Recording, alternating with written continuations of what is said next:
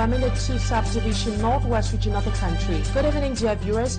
This is a 6 p.m. edition of the primetime newscast on Equinoxe television. First, our major stories. Cameroon's Speaker at the National Assembly, Kavaige Jibril, accuses some opposition political party leaders of trying to create chaos in the country should they lose in the upcoming presidential elections. The declaration made during the opening session of the June parliamentary session has been condemned by opposition party leaders who say the leaders who describe it as intimidation by those in power.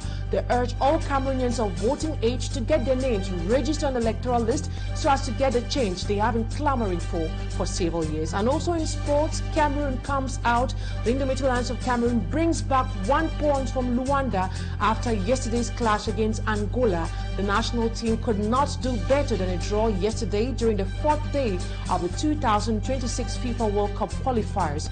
Cameroon remains at the head of Group D. At the end of the encounter, you'll be getting the reactions of some sports analysts on yesterday's encounter in this edition of the 6 p.m. primetime newscast. Also in news out of Cameroon, Amnesty International has raised concerns on the growing rate of torture and illegal detention of women in the northeast of Nigeria by the army. The international organization revealed this in a recent report after carrying out in-depth findings. Those are major stories. Stay with us for details. And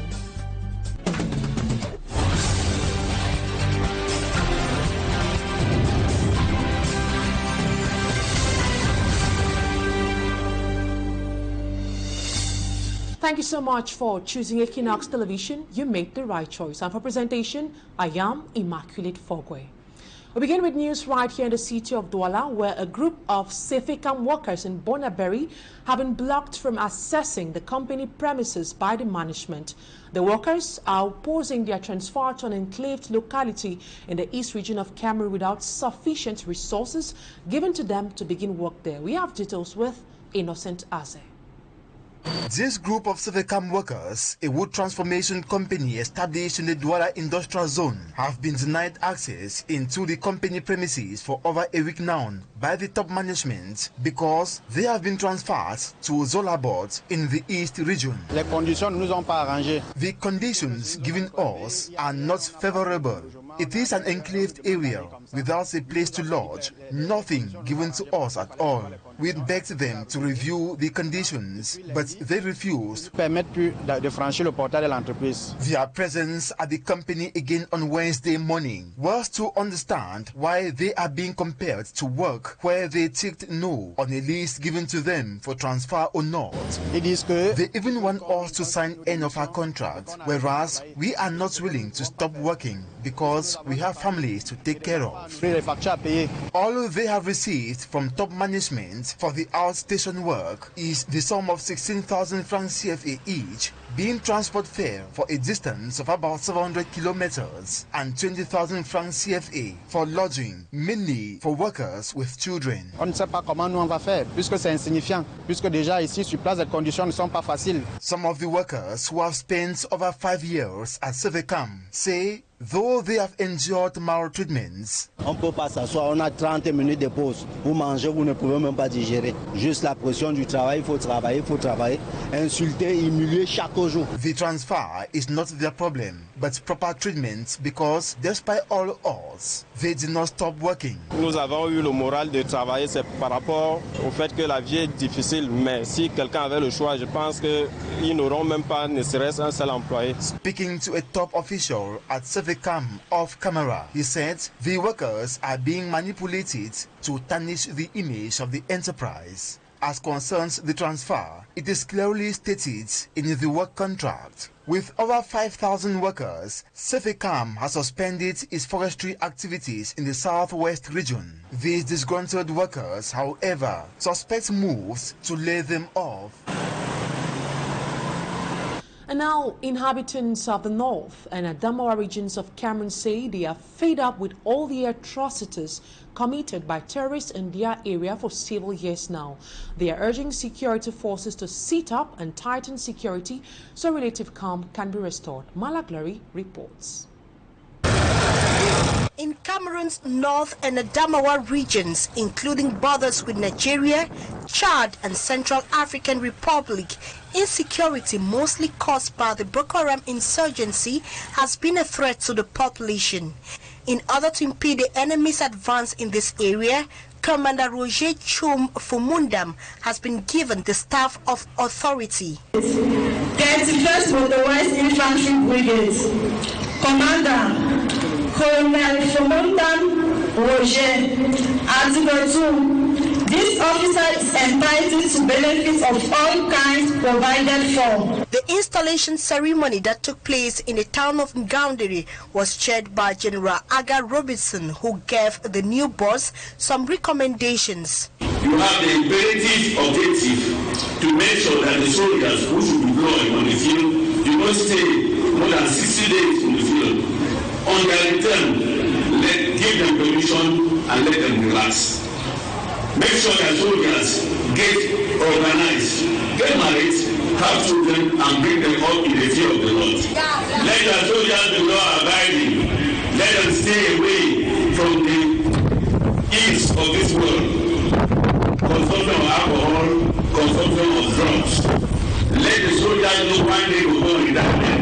Let them start to prepare for their retirement. Installed as the 31st Motorist Infantry Brigade, Commander Colonel Roger Fumundam said, Je ne peux pas accomplir cette mission seul. Ça sera avec. He can't work alone, but with close collaboration from his colleagues such as the defense forces, administrative authorities, religious and traditional rulers. Les autorités administratives.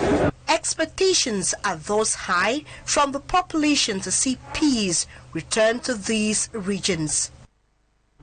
And now we talk something else. The June session of Parliament at the National Assembly continued today at the Ngwakele Glass House in the nation's political capital, Yaoundé.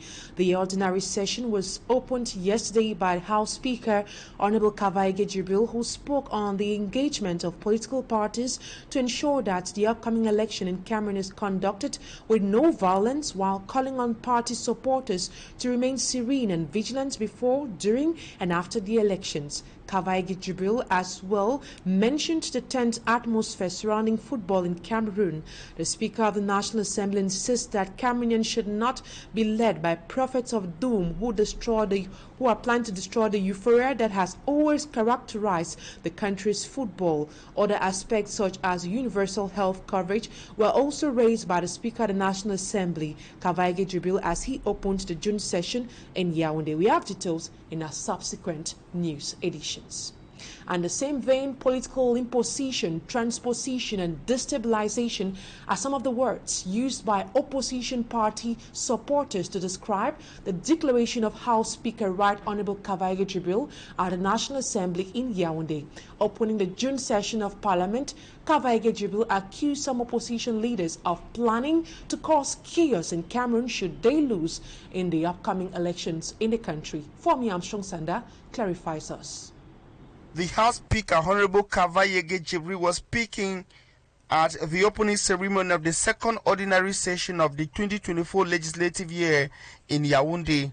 Certains compatriotes promettent la violence. In parts of this extract of his speech that got opposition political party leaders outraged, Kavaige Jibril says some compatriots have, for want of a clear political vision or due to their quest to access to power, already promised to foment post-electoral violence, near chaos, in the event where their opponent wins the election.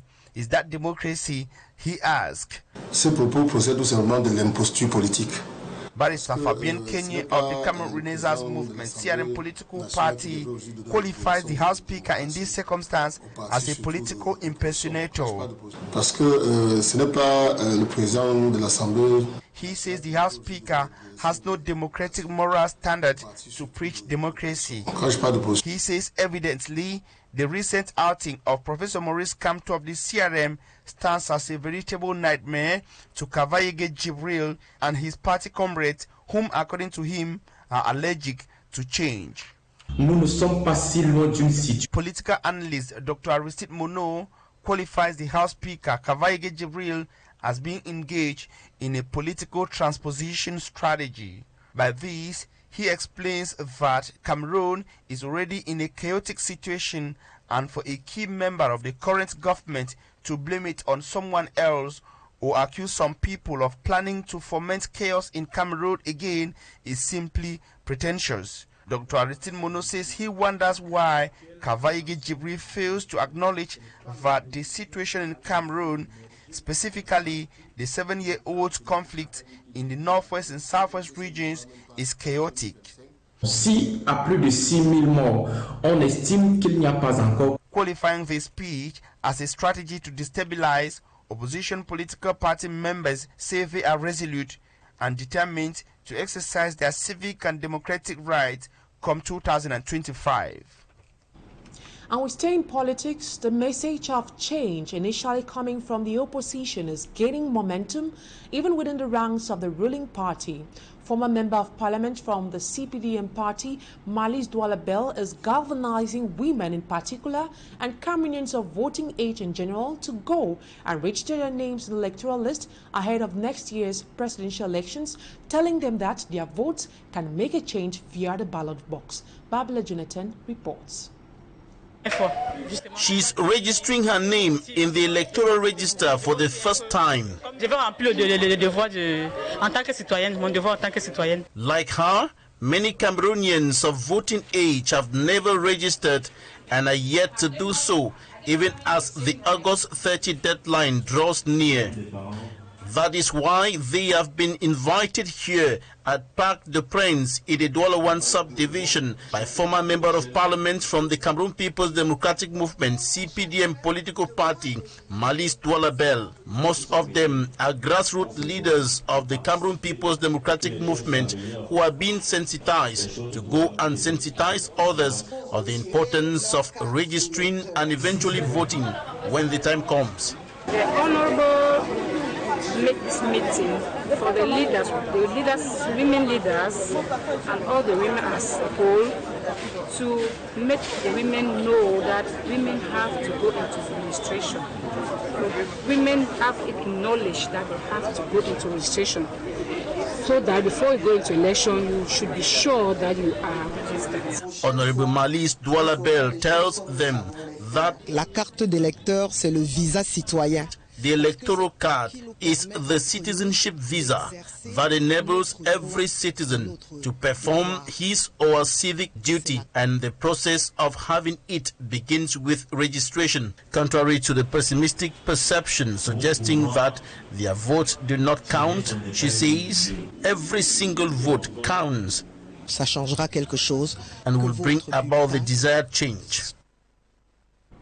On the news out of Cameroon, Amnesty International has raised concerns on the growing rate of torture and illegal detention of women in northeast Nigeria by the army. The international organization revealed this in a recent report after carrying out an in-depth finding on the Democratic Republic of Congo. The death toll of a recent attack orchestrated by an Islamist group rebel rises to 80. Meantime, production has started at Senegal's first offshore oil project. A run of this story with our reporter, Ese Luciliengo. Amnesty International, in a recent report published on Monday, reveals that dozens of women and girls in northeast Nigeria are illegally detained and abused in military prisons despite being freed from Boko Haram terrorists. The report documents 126 interviews, mostly with survivors, for the past 14 years since the Boko Haram insurgency began. Amnesty International echoes past human rights concerns about the Nigerian army, which has been accused for the past years for extrajudicial killings and illegal arrests in one of the world's longest conflicts. The report equally highlights these young girls and women continue to suffer human rights violations with no solution from the Nigerian government. In the Democratic Republic of Congo, The death toll has risen to 80 following an attack on Friday by suspected Islamist rebels on villages in the country. According to an army spokesman in Congo's North Kivu province, the attack was carried out by members of the Allied Democratic Forces, the ADF. Meantime, Red Cross volunteers and young people from the village of Masala in the eastern North Kivu province are still searching for bodies since the incident. And Senegal has joined the oil-producing nations in Africa and the world, with the Australian company Woodside Energy Company said it had begun extracting oil from the offshore of Sangomar field about 100 kilometers south of the capital Dakar. The floating facility has a storage capacity of 1.3 million barrels at a depth of 780 meters. It contains both oil and gas, and it is expected to produce between 100,000 and 125,000 barrels per day. And over to our sports page, some sports analysts say the play style of the Indomitable Lions has greatly improved as compared to their game plan at the Africa Cup of Nations in Cote d'Ivoire. The sports analyst thinks if the head coach, Mark Brice, is given a free hand to work, then Cameroonians should expect better results in the upcoming competitions. We have details with our sportsman, Smart Chikan Gabriel. 2 matches, 1 win and a draw, with 5 goals scored and 2 conceded at the early statistics of Coach Mark Brice as the head coach of the Indomitable Lions. Sports analysts say it's a good start for the Belgian tactician. I think that for some time now, for a very long time, Cameroonians have not enjoyed this kind of beautiful, this kind of palatable football that we have seen in these 2 matches. For the sports analyst, the Indomitable Lions have changed in their 2 outings. I'll give Mark Brice a thumb up. We have seen an Indomitable Lions team where defenders can score, midfielders can score, and attackers can score. What else do we want? The coach was confused. If you look at the substitution of the coach against Angola, he was confused. During the second segment, he had to substitute Olivier Champ again. But in Kundu Manon, Bubakar to Mobaya, which was not the best. Nkudu was there. We were expecting Nkudu to come in. About the choice of players Mark Brice called up for the 2 games, the sports analysts say it's too early for criticisms. We shouldn't get into criticizing his choice of players. The good thing is that from the 2 games that he has played, he has shown us that for the short time he has been around, he has been able to master those players. I mean, Cameroon plays palatable football. For the first time, I saw the Cameroon national team completing 10 passes, something that had not happened for the past 10 years or so. We should give Mark Brice Peter time, and Fekafoot and himself should sit together. We cannot be playing 2 crucial games without assistant to advise Mark Brice. That's not the best. For the sports analyst, Mark Brice is a jewel that is God that has given to us. We should handle Mark Brice well. I am tempted to say that Mark Brice is the Jesus Christ of Cameroon football. We really have a lot to do. The coach needs to go back to his drawing board and put things in place. After day 3 and 4 matches of the FIFA World Cup qualifiers, the adventure of the Lions to get a FIFA World Cup ticket will return only in March 2025 as they host Eswatini in a day 5 and 6 FIFA World Cup qualifier encounters. And still in sports, the Minister of Sports and Physical Education, Professor Narcisse Moele-Kombi, has received the Indomitable Lions and the technical staff led by Belgian football technician Mark Brice after the return from Luanda, where they played a 1-1 draw against Angola. Minister Narcisse Moele-Kombi congratulated them for the good performance in the last 2 World Cup qualification games after beating Cape Verde 4-1 and playing a draw with Angola. The Indomitable Lions remain at the top of Group D with 8 points. And that's it for the first part of the news. Talking Point is up next.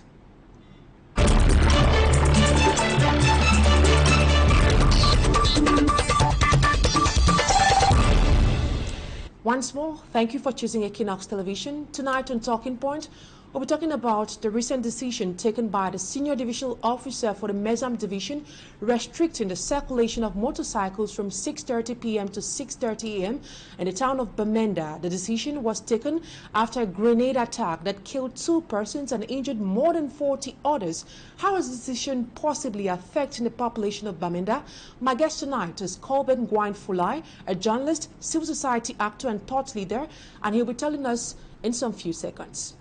Good evening. It is a pleasure having you on Talking Point tonight, Colben Gwine. Good evening, Immaculate. Good evening, televiewers of Equinoxe, and thanks for having me on Talking Point. So, Colben Gwine, tell us, how is the town of Banda today?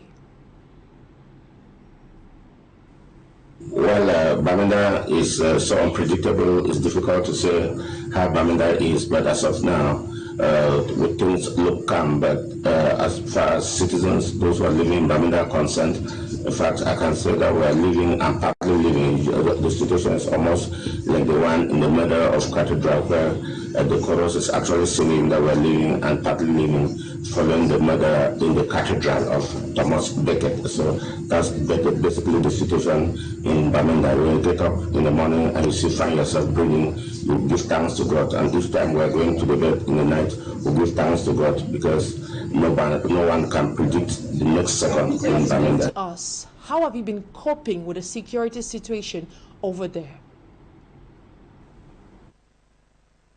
The security situation in the town of Banda and the Northwest as a whole is so unpredictable. It degenerates every day, though many people have learned to be resilient. So there seems to be calm in some places, but it's more because people have adopted more resilient strategies than that anything has changed on the ground. In fact, it is as unpredictable because the situation is raging, and the fighters, both the fighters and the military, both are changing strategies, and so it's very difficult at times to know what can happen in the next minute. And so Banda is the way it is. We're just praying that one day God will provide a solution to this situation. We'd like to know from you, is the population happy with the decision of the Senior Divisional Officer for Mezam, who decided to restrict the circulation of motorcycles from 6:30 p.m. to 6:30 a.m.? The decision by the SDO to ban the circulation of motorbikes, the majority of people, Banda alone, from the latest statistics, counts more than 10,000 motorbikes that circulate both in the day and in the night, and it creates a lot of employment for youths here, because some work in the day and others work in the night, and so this actually cuts off a sizable population of the youthful population that used to work in the night and feed their families. And so banning the circulation of vehicles, motorbikes in the night by the Mezam administration seems to be counterproductive, especially as we're not seeing how it is helping in ameliorating the security situation. In fact, it virtually goes to create more insecurity, because it's very difficult for businesses to operate. And the worst part of it is that the separatists themselves have called for another counter ban of movement of vehicles, and so this makes the situation in the Northwest so complex, especially talking about Banda town, so complex, and this adds to the insecurity, because the ban does not seem to be helping issues on both sides. From your analysis, the decision of the SDO is counterproductive. However, the administrative authority claims separatist fighters often use this means of transportation to operate in that part of the region. Is there not a slight possibility that this decision could help limit the number of atrocities carried out in the city?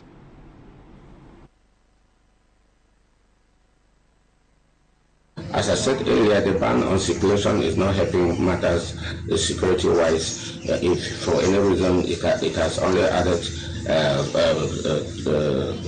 advantages for the men in uniform to exploit those they see at night, and has also increased insecurity. Of course, we know that just 24 hours ago, a youth was gunned down in the evening because he was apparently because he was moving on a bike that has been banned. And so that's the kind of insecurity that we're beginning to see brought about by this particular ban. And so things, it seems like the administration of Mezam seem to see, has the hammer and seem to see everything as a nail that they need to, they have the nail and seem to don't need the hammer to nail on anything. So if they banned the circulation of bikes, it means that next time when the separatist fighters commit a crime using a vehicle, they will ban the circulation of all vehicles. And if the vehicles stop moving and they hear that a group has committed another crime on foot, they will certainly ban people from even moving on foot. If that's supposed to be the only security measures that they are having,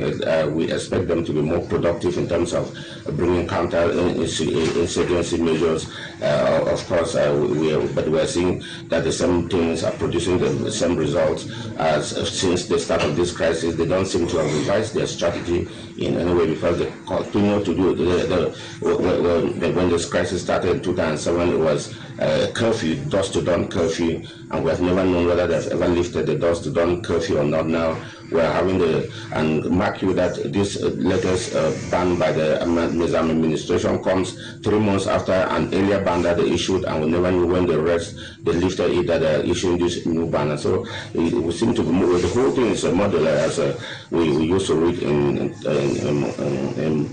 Hard Times by Thomas Hardy. We seem to be in a model, just turning around the same spot. Now, how can the population of Bamenda stay safe in the midst of all the security threats coming from both the separatists and the military?